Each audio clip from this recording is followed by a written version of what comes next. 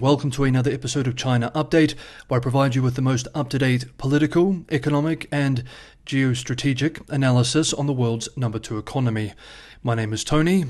Let's jump in. Happy Thursday, everybody. Beijing's Belt and Road Forum has now concluded. I was initially going to cover the developments related to the large foreign policy event in today's video. However, there is so much to cover with this particular event. Indeed, the Russia-China related content alone is significant, that we will do a deep dive into the event and its many implications this Saturday. For today, we will cover the release of Q3 data and why it isn't as good as some think, China's latest moves in its AI governance competition with the United States, and other updates. If you enjoyed the video, don't forget to hit the like button. Liking, sharing, and subscribing are all big helps for the channel. And for anyone who can go the extra mile, Patreon and Buy Me a Coffee links are in the description below. This channel relies primarily on subscriber support. Let's begin. Yesterday, Wednesday, the National Bureau of Statistics published China's official economic data for Q3. Now, I understand that some viewers will refuse to accept any official numbers related to the economy,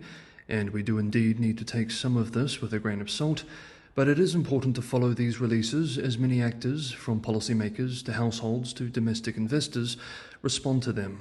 On the face of them, the numbers look positive, but of course, like so many things, the devil is very much in the details. According to the official numbers, China's Q3 GDP bet estimates officially growing 4.9% year-on-year and 1.3% quarter-on-quarter. This has two fundamental implications that we need to understand. First, the full-year goal of around 5% official GDP growth should be attainable, taking political pressure off central and local governments. And two, we are now much less likely to see a bigger stimulus before the end of the year.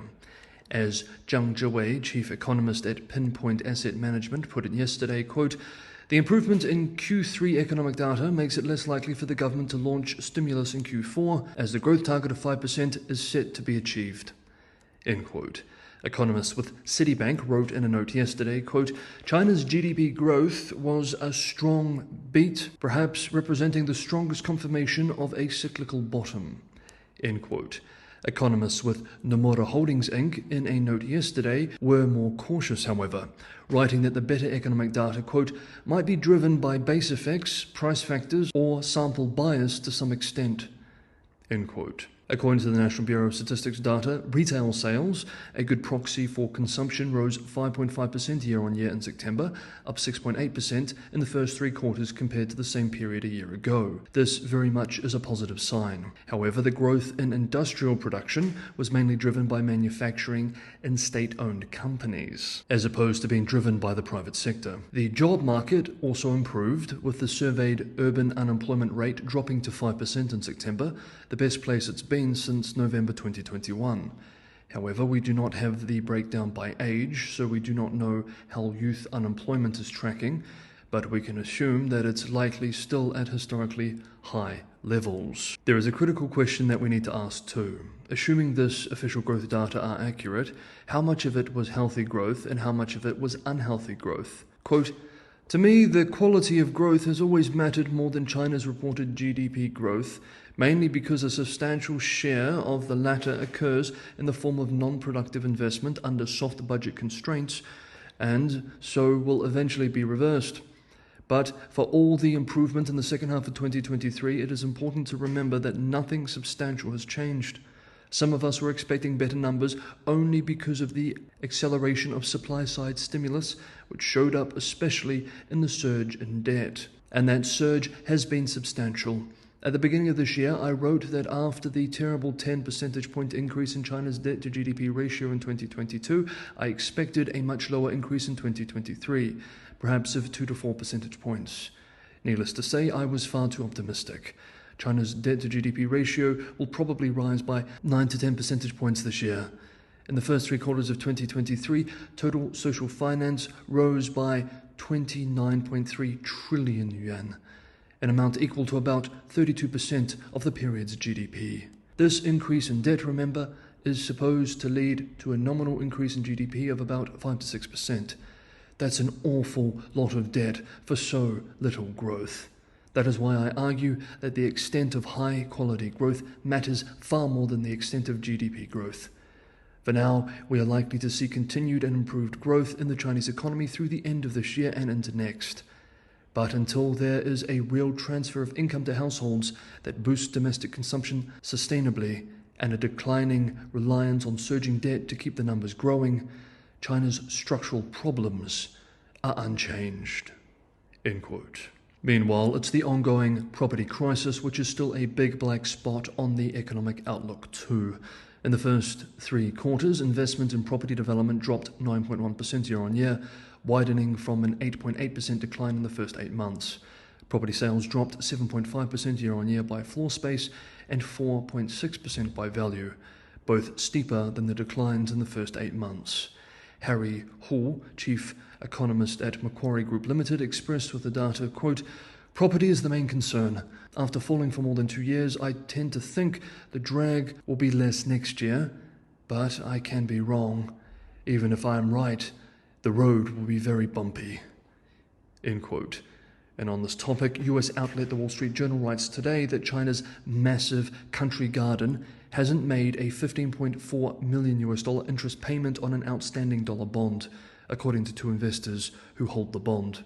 Quote, "That could lead to a wave of cross defaults on its other international debt." End quote. Country Garden had around $15.2 billion of international bonds and loans outstanding as at the end of June. If the Country Garden domino falls too, many other players will be hit hard, as will the wider bond market. So, while Q3 data bet expectations in terms of raw growth, the outlook for the economy remains mixed at best, with a very bumpy road still ahead and an economy still very much in need of structural reform. Quote, "The latest batch of data on China provides some a relief, but aren't a cause for celebration. Faster than forecast GDP growth showed the recovery picked up speed in Q3, yet September's weak momentum in production and consumption calls into question whether it will continue in Q4 and indicates the need for more policy support." End quote. Goldman Sachs Inc. economists in a note this week predict that as much as $500 billion, $68.4 billion of unused bond quotas could be assigned this year to boost fiscal support. This would, of course, continue to accelerate that very debt which Professor Pettis just warned is undermining the country's ability to transition its growth model. Next up, one small update we need to briefly cover. This week, UK-based Reuters reports that Beijing has been tightening controls on foreign travel for civil servants and state-owned enterprise employees, as well as document their foreign ties, moves reminiscent of the Mao era. The outlet writes, citing more than a dozen people familiar with the matter, that Chinese civil servants and employees of state-linked enterprises, who number in the millions, are facing tighter constraints on private travel abroad and scrutiny of other foreign connections, quote, as Beijing wages a campaign against foreign influence. End quote. Now, there have always been some restrictions in place. Indeed, I remember when I dated a woman who was a surgeon in the People's Liberation Army when I lived in Beijing. She had not been allowed to leave the country for over 15 years because of her role in the military. However, what this Reuters story tells us is that many of these restrictions are being expanded to cover many more people. 10 current and former employees told Reuters that curbs had been widened since 2021 to include bans on overseas travel, tighter limits on trips frequency and duration, onerous approval processes, and pre-departure confidentiality training. They said the measures were unrelated to COVID-19. Other individual accounts and documentation reviewed by Reuters, the outlet continues, show a parallel effort by central and local Chinese authorities to map government and state-linked workers' personal and family ties to other countries. Next up, and finally for today's video, Beijing has launched a so-called Global AI Governance Initiative. So far, we have few details about this initiative, but it will likely see strong pushback from developed countries. The developing world may be a different story, however. The official announcement gives us clues as to how Beijing will present this global AI governance initiative to the world, as well as Beijing's vision for AI regulation generally. Quote, "We should respect other countries' national sovereignty and strictly abide by their laws when providing them with AI products and services. We oppose using AI technologies for the purposes of manipulating public opinion, spreading disinformation, intervening in other countries' internal affairs, social systems and social order, as well as jeopardizing the sovereignty of other states. We oppose drawing ideological lines or forming exclusive groups to obstruct other countries from developing AI. We also oppose creating barriers and disrupting the global AI supply chain through technological monopolies and unilateral coercive measures." End quote.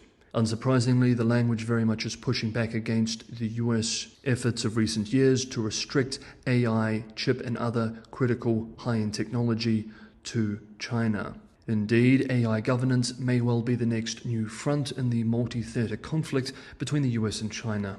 In the latest issue of Foreign Affairs, Henry Kissinger and Graham Allison wrote a piece speaking to this very notion. We end today's video by quoting some of their observations, which we are now doing directly. "At this moment, there are just two AI superpowers. The United States and China are the only countries with the talent, research institutes, and mass computing capacity required to train the most sophisticated AI models. This offers them a narrow window of opportunity to create guidelines to prevent the most dangerous advances and applications of AI.